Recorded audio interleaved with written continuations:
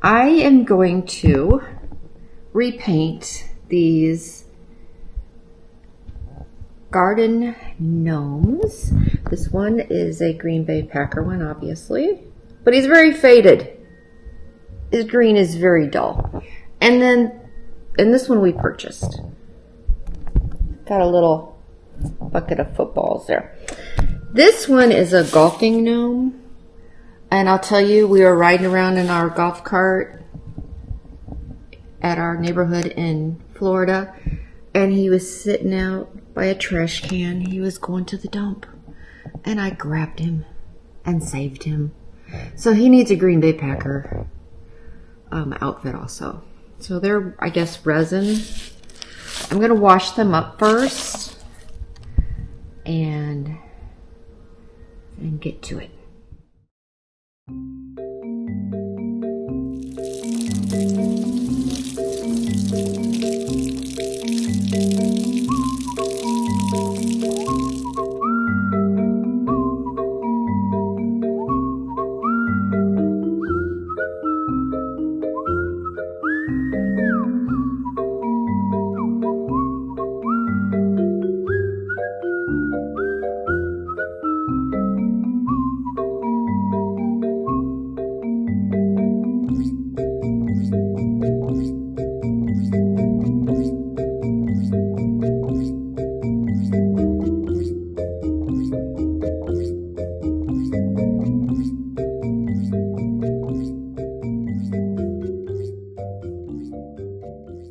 So, a few things that I noticed before I get started here.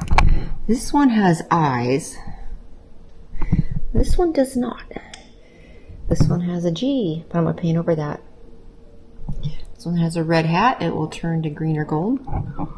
The white beard is slightly different color than the skin. And this one, I don't know, he's just all bleached out. I'm going to use exterior paint because I have exterior paint because I paint barn quilts, and I am going to start painting barn quilts shortly here in the next few months. I might do a mini one here in the next, maybe by the end of January, we'll see. And I already have some green and gold color paint, so I'm going to use what I have. So these are semi-gloss exterior paint. Since these guys sit outside, I figure that will work. So I have white or creamy white. I have a brown. You can see the gold, the yellow, and then this one is green. You can kind of see it on the lid. So that's what I'm going to use. I'm going to use what I have.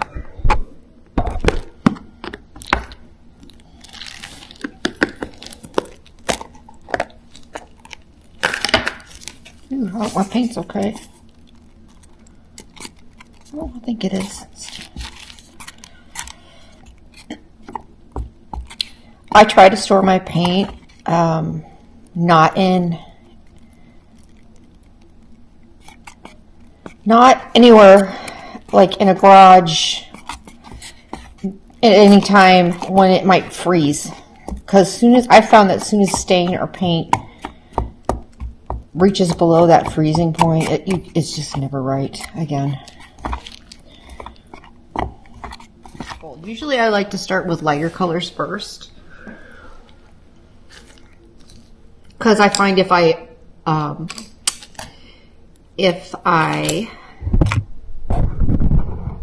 go out of the lines and want to add any touch-ups, touching up with a darker color over a lighter color works better than a lighter color over a darker color. Think about it. Okay, I'm going to do his pants. I am going to start with the pants. They are blue jeans. We are going to make them gold.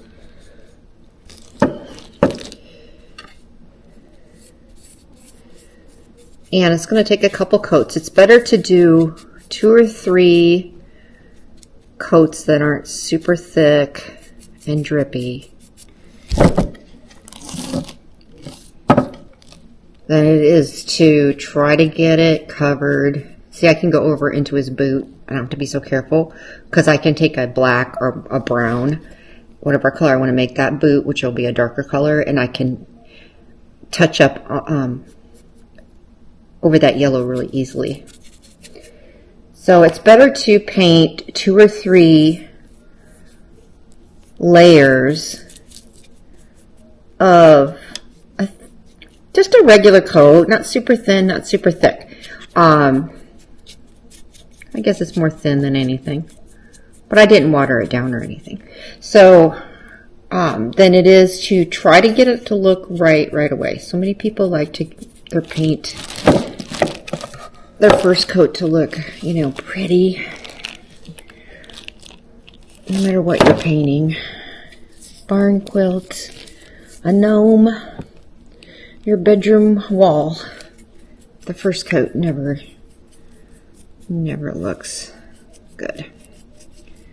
It's okay. It's okay. It's a process. You always got to make sure you're not just painting him when he's standing straight up. You get down there in between the legs and underneath. He's 3D. You got to move him around. He's got gold pants coming on. Gold pants.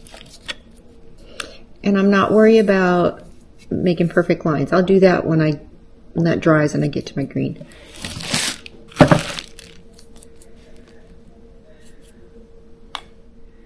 I'm going to put some gold on this guy. I'm going to give him gold pants too. He doesn't have much pants.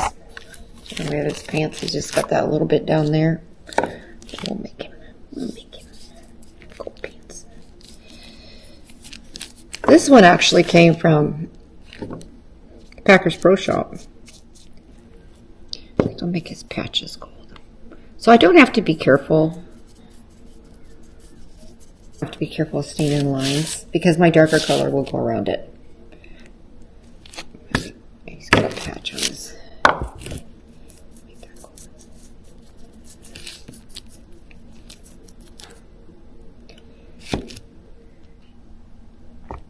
This is water-based exterior paint, semi-gloss. I just bought it's Pittsburgh paint. It was on sale. This is when I bought it. It can be expensive. This is just a quart. I've paid $30 or a little over $30 before for a quart. It was on sale for $15.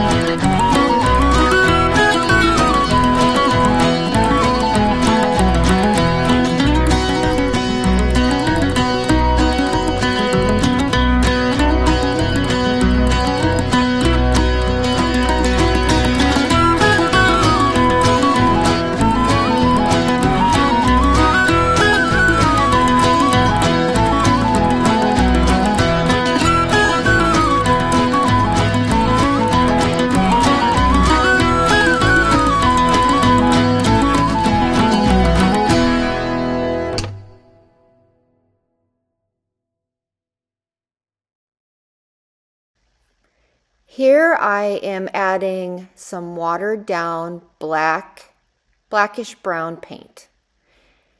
And I wanted to show the texture in the beard rather than it just being stark white, especially this little guy. His beard was the same color as his skin. And he's mostly beard in the front. So I wanted to show the texture, so I am applying, it's still an exterior paint. I'm applying the blackish brown color, and then I will dab it off if I feel like I've gotten too much in one area. And I just keep going back and forth between painting it on and maybe dabbing a little bit off, and until I get it the way I like it to look. And then I also will do it to the other one so they match.